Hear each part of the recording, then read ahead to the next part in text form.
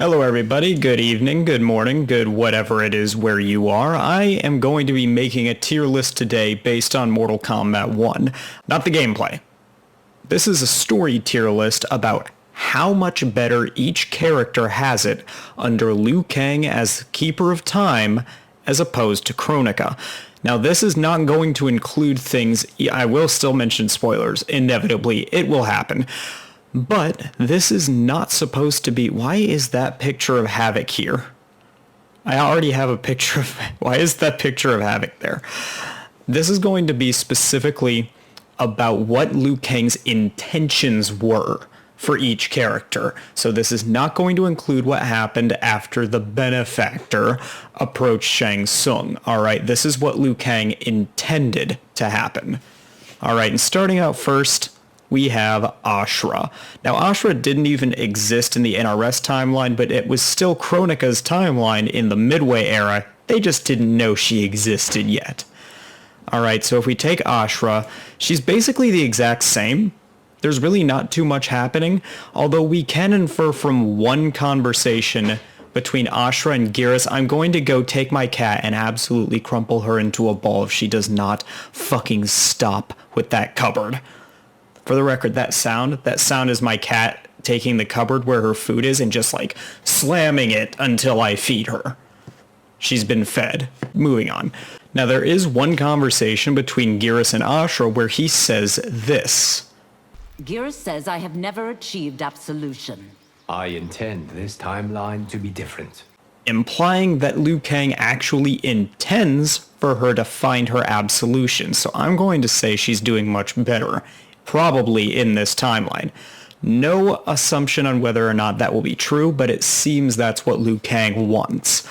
Now Baraka is next. Baraka is a huge change in terms of what he is, but he's actually a little bit hard to place in terms of whether he's up or down. Because if this were before MK11, if MK11 didn't happen, but this timeline was still created, I would say Baraka would probably be very much higher. He'd be immensely higher. He'd be in glowed the fuck up tier. Alright, that's where he'd be. But that's not where he is. Because in MK11, he actually got to lead the Tarkatans as a part of Outworld and an equal to the Khan. He actually was doing quite well. If Liu Kang didn't restart the timeline, Baraka actually would have been doing much better. That was not really Kronika's intention. Liu Kang's intention actually allowed him to be human. He allowed him to be to experience the much better parts of life before he became Tarkatan.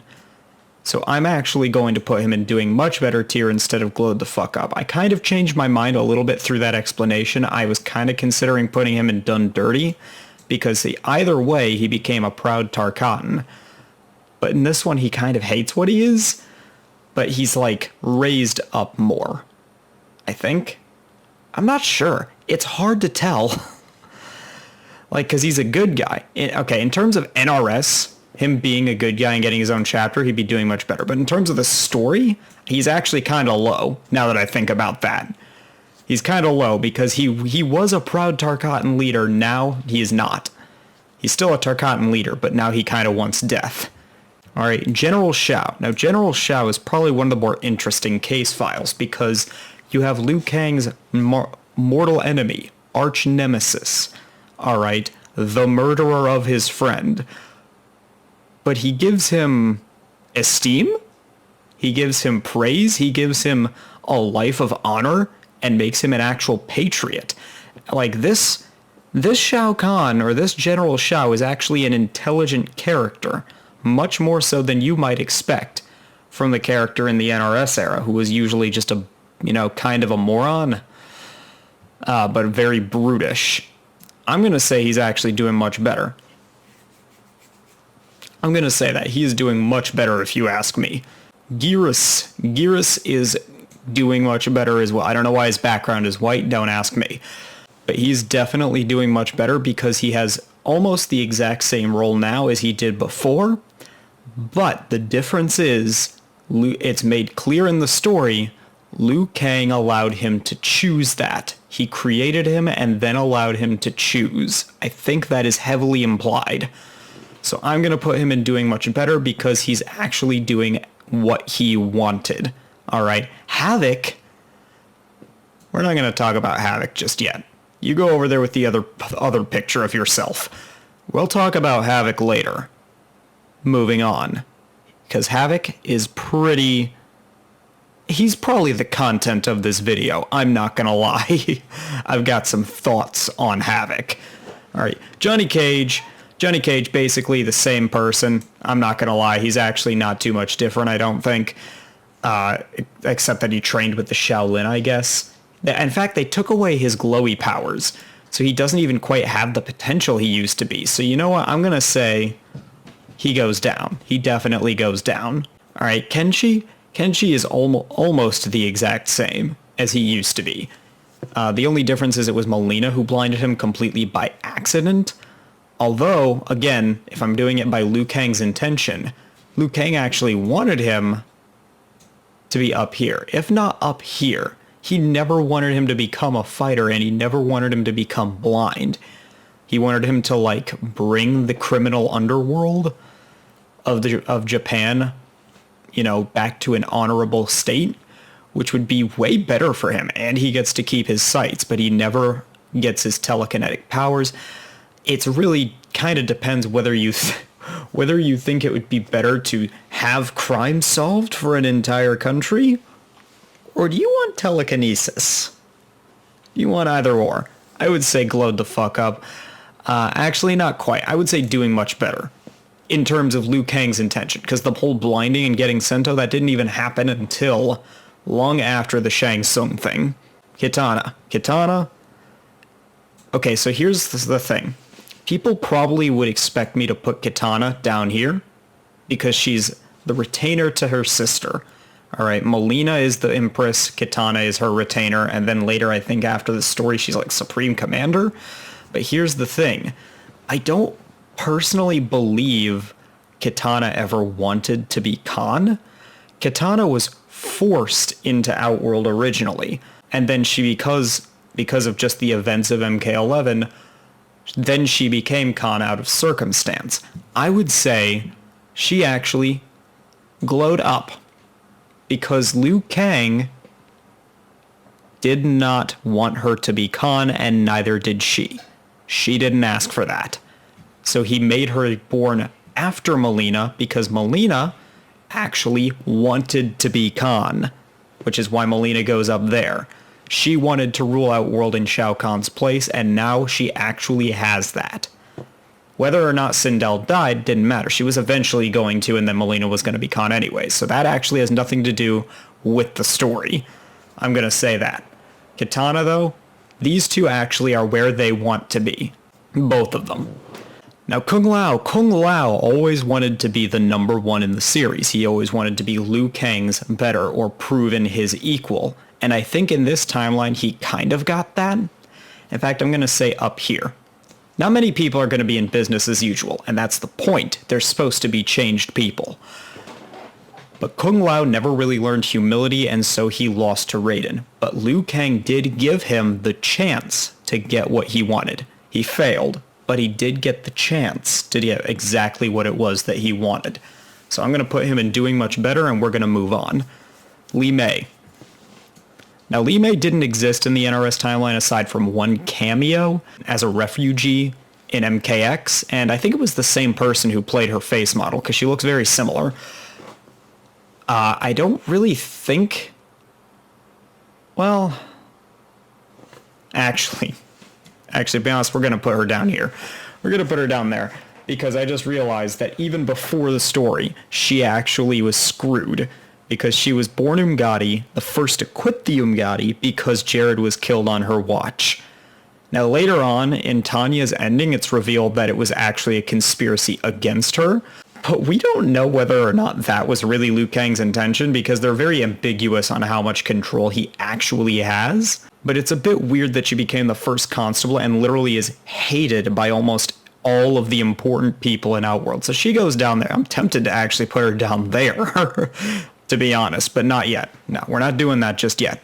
All right, Liu Kang himself, I actually don't even know if I should have put him on here, because, like, what are his intentions for himself, you know? He got pretty much what he wanted, if you ask me. He doesn't get to be with his katana, that's true, so honestly, maybe just down here. But he did lose the Keeper of Time status, which again, like Katana, he didn't ask for. He says explicitly. So I'm going to put him down there because he actually got to be Protector of Earthrealm as opposed to Keeper of Time once the timeline had actually begun. And I think that's definitely a role that suits him more, and I think he'd agree, personally. I'm going to say that myself. Raiden. We have Raiden, the new Chosen One, who honestly did not want to be the Chosen One, but he is. I mean, it's kind of, the idea is that he's kind of similar to Liu Kang.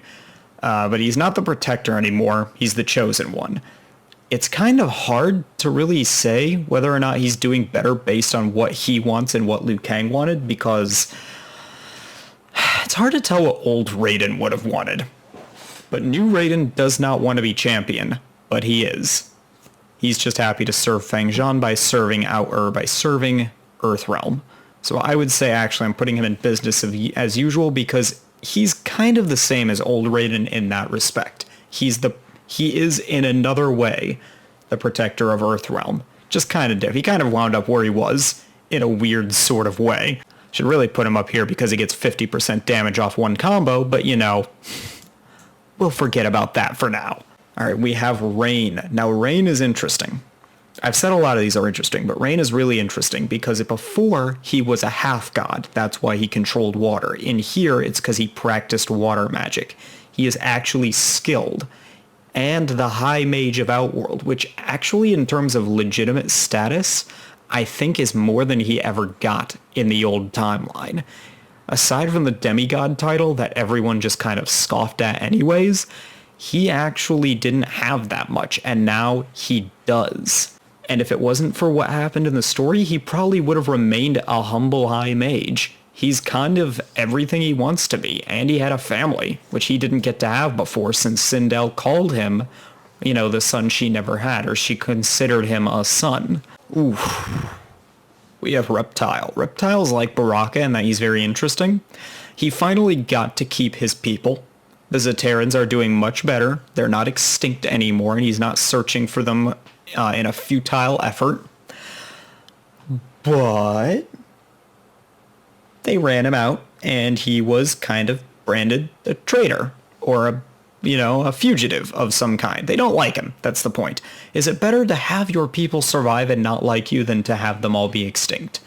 That's a very neutral matchup, to be honest. Like, they're alive, but they all hate him. And if it wasn't for the story, he never would have come to Earthrealm, so I don't think he should go up here. A lot of people are going to want him to be glowed the fuck up, but I don't think he's going to be there. He's going to be down here. He's going to be business as usual because he's very, very different, but he's kind of wound up the same, an outcast. A fish out of water, and that's kind of already what he was. Alright, now we have Kuai Liang Scorpion, and this is where it's important to get into the names as opposed to just the titles. Scorpion is Kuai Liang. Alright, he should be Sub-Zero. He's not. I could get into that in a completely different video, but he's not Sub-Zero. He is Scorpion now. He is, in terms of, in between him and old Scorpion, oh, much better. He'd be glowed the fuck up. But in between him and old Kuai Liang, it's a bit different. He gets to keep his brother, but his brother is now a much worse person. I'm going to say he's doing better because he still gets to keep him. I have heard rumors that the expansion is going to have Noob Saibot. I don't know if that's true, and what form Bihan will take if that's the case, I don't know. Okay, so here's my question. Here's the debate this time. What is worse? Having Bihan be a better person, but him taken from you by Scorpion? Or identifying as Scorpion, but having your brother survive, but he betrays you and now he hates you. In fact, he lost his father as opposed to his brother, so he might actually go down here. Now that I think about that, because before it was all things that were taken from him. Now, everyone he knows and loves is either a worse person or dead, aside from Smoke. Smoke is smoke. Smoke is pretty much the same. We're not going to get into the whole Nenra thing. I'd say Smoke is pretty much, he goes there. He's the sidekick boy. He's exactly where he needs to be, exactly where he deserves to be, I think. I like him being like the assistant grandmaster, basically, of the Shirai Ryu.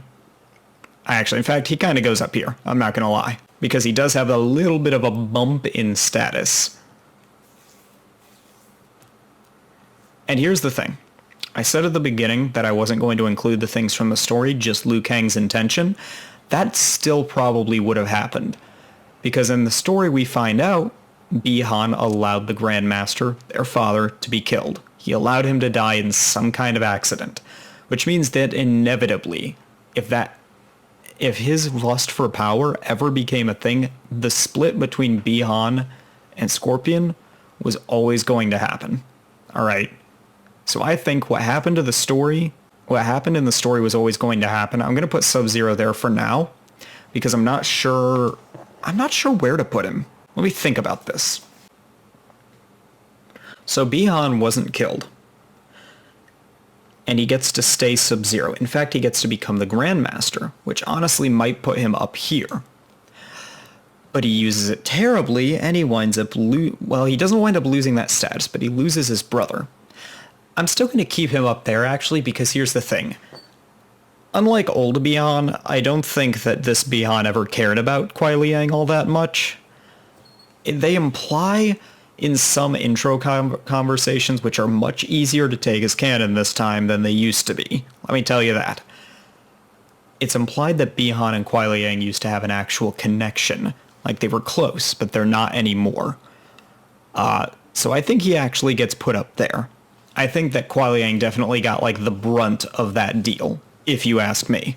I probably should have researched this a lot more before making this video. This is kind of winging it, so if some of these are horrifically off, I don't care.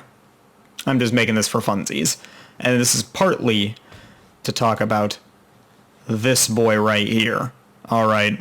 Now Shang Tsung. Shang Tsung was implied by Liu Kang, or intended by Liu Kang, to become humble. He was supposed to be taught the value of hard work and become an honest man.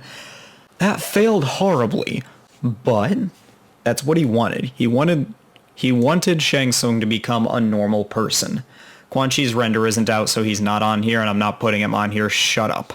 And because he'd basically be the same thing as Shang Tsung anyways, likely to fail in making him a better person, but he tried. He did try that. He had all the chances he needed. And here's the thing. He's not like... A lot of people probably think that he was made, like, starving because of that intro. You can hear a conversation between Shang Tsung and Geras that goes like this. The squalor I endured as a child. Do not lie. I know the truth. Based on that, we actually know that he had some money. He actually had a normal life and every chance he needed. He could have been way better, and he failed. So Liu Kang actually gave him everything he could have needed to get ahead in life. He just wasn't good at it. So he actually goes way up there because he got a lot more chances than a lot of these characters got, I think. Alright, Sindel. The picture of business as usual. I'm not going to put her as like, Okay, this is where I have to kind of drop the facade of Liu Kang as his own person and just call out the fact that, you know, NRS wrote Liu Kang. They're kind of patting themselves on the back for making Sindel a better person again. She already was in the original timeline. In the Midway timeline, she was a good person. She was a good guy. So they're kind of like really tune their own horn about like making her what she used to be instead of the crap they gave us in MK11 Aftermath. I'm not going to give them credit for that. She goes in business as usual because this is what she is supposed to be. Alright, this is literally the picture of what Sindel is meant to be. Tanya. Tanya actually goes and glowed the fuck up. Straight out the gate. Absolutely, that's where she goes. Because Liu Kang gave her a purpose something she never really had before. In the old timelines, both of them, Tanya was literally just a conniving, she was just a deceiving, evil person. She was basically like a Devora that they didn't care about as much. She just kind of screwed over everyone to get ahead herself. Now, they gave her an actual purpose in the Umgadi. So I'd say she actually got much better. She got treated much better in this timeline than she was in the previous ones. Now, this guy. We're gonna stick him here, just for the moment, while I explain why he's going in the very bottom. Why do I have 2 tiers that are unused? Well, here's why. Havik. Havik is why. Havik is not Havik. For those who are unaware, you can find out in intro conversations and some other things. Havik is Dairu. Remember Dairu? Do you know who Dairu is at all? Do you remember him? Dairu was the assassin in Mortal Kombat Deception who freed Shujinko from prison. When he was awaiting his trial in Order Realm, Dairu was the one who freed him. Now, Havik in this game is Dairu. That has heavy implications. Not only does that mean that they are never going to put actual Dairu in this game, he's probably never going to reappear as an actual character. They're going to keep this facade of him being as Havik. But they're going to also say that since this is Havik, our Havik, this guy does not exist anymore. And there is no mention of Chaos Realm anywhere. In Invasion mode, you go to a place that looks Chaos Realm-ish, but it's not Chaos Realm. It's never said directly to be Chaos Realm, and even then, there's no real reason to believe that every location in Invasion mode is canon. Or at least not Chaos Realm, because they never mention it in the story at all. And if Havik's in the game, you'd think that'd be the case if it were still there. So basically, Liu Kang nuked Chaos Realm. Liu Kang literally obliterated Chaos Realm. It doesn't exist. Or rather, he omitted Chaos Realm and omitted Havik. This is our new Havik, and it's not an improvement. It feels like a bastardization of the character, and I outright don't like it. I love the way he plays. The way he plays, and honestly his design too, is exactly what I wanted from new Havik, aside from his headdress. His headdress should still be a thing. They have to reinstate old Havik as an alternate timeline Havik from the end credits scene. I told you there'd be spoilers, so don't complain. They're bringing back old Havik as like an alternate timeline thing, but in the current canon timeline, they have bastardized Havik and used him as an excuse to never put Dairu back in, is kind of how it feels to me. That's not okay. And from a story perspective, what Liu Kang did is he gave Shang Tsung every chance he needed to get better at life. He gave Shao Kahn a purpose, nobility, gave him an esteemed bloodline, and everybody loves him. You know, the general, or the militant tyrant, murderer of thousands, murderer of his friend, gets that. Havik, who has never actually met Liu Kang in either timeline, who Liu Kang barely knows about, and who does not even rule Chaos Realm with an iron fist. Chaos Realmers love Havik. He's the picture of freedom. He's a bit fucked in the head, yes, but he was always a neutral component of every timeline, aside from NRS's comics, where they painted him as basically just a discount Shang Tsung. He was like a villain who was trying to do something with mind control. I don't know. It's not Havik. That wasn't Havik. Havik is not supposed to be evil. He's supposed to be very neutral. Liu Kang nuked him. Liu Kang just pressed the button and said Chaos Realm does not exist anymore. So he's going down here. That's the whole reason this other tier, I thought somebody, in fact I'm going to put Li Mei down there just so someone is there, and I think she probably goes, by the way, these tiers are in no particular order. I just put them in there in the order I grabbed them. But Havik, why? Why is that Havik? It doesn't need to be. I have so many issues with that. But I love the way he plays and the way he looks, so I'm going to pretend this is old Havik. They just didn't give him his Morning Star. And I look forward to seeing what the other Havik from the end credits scene brings in the expansion, because he's gonna be there. I'm sure he's gonna be there. We're gonna figure it out then. But until then, we're kind of stuck with this weird jobber Havik. I could make a whole video. I could make a whole video on this, just how bad this Havik is compared to how he's supposed to be. Alright, just what they did to Dairu got done dirty. I should put Dairu down here. Just get a render from Deception and put him down here. Because honestly, he belongs there. But he is, because that's Dairu. Dairu! I love this game. I love its story. I think it's actually really, really solid compared to everything else NRS has put out. But my boy got done dirty. I'm just saying. Until next time it'll be another Let's Play. Haven't decided what exactly it's going to be yet.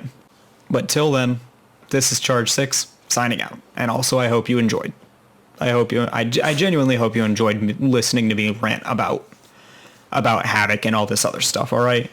If you have any disagreements or anything you'd like to point out, just put it in the comments. I didn't think this tier list through, so there should be plenty of mistakes. This is just completely on a whim.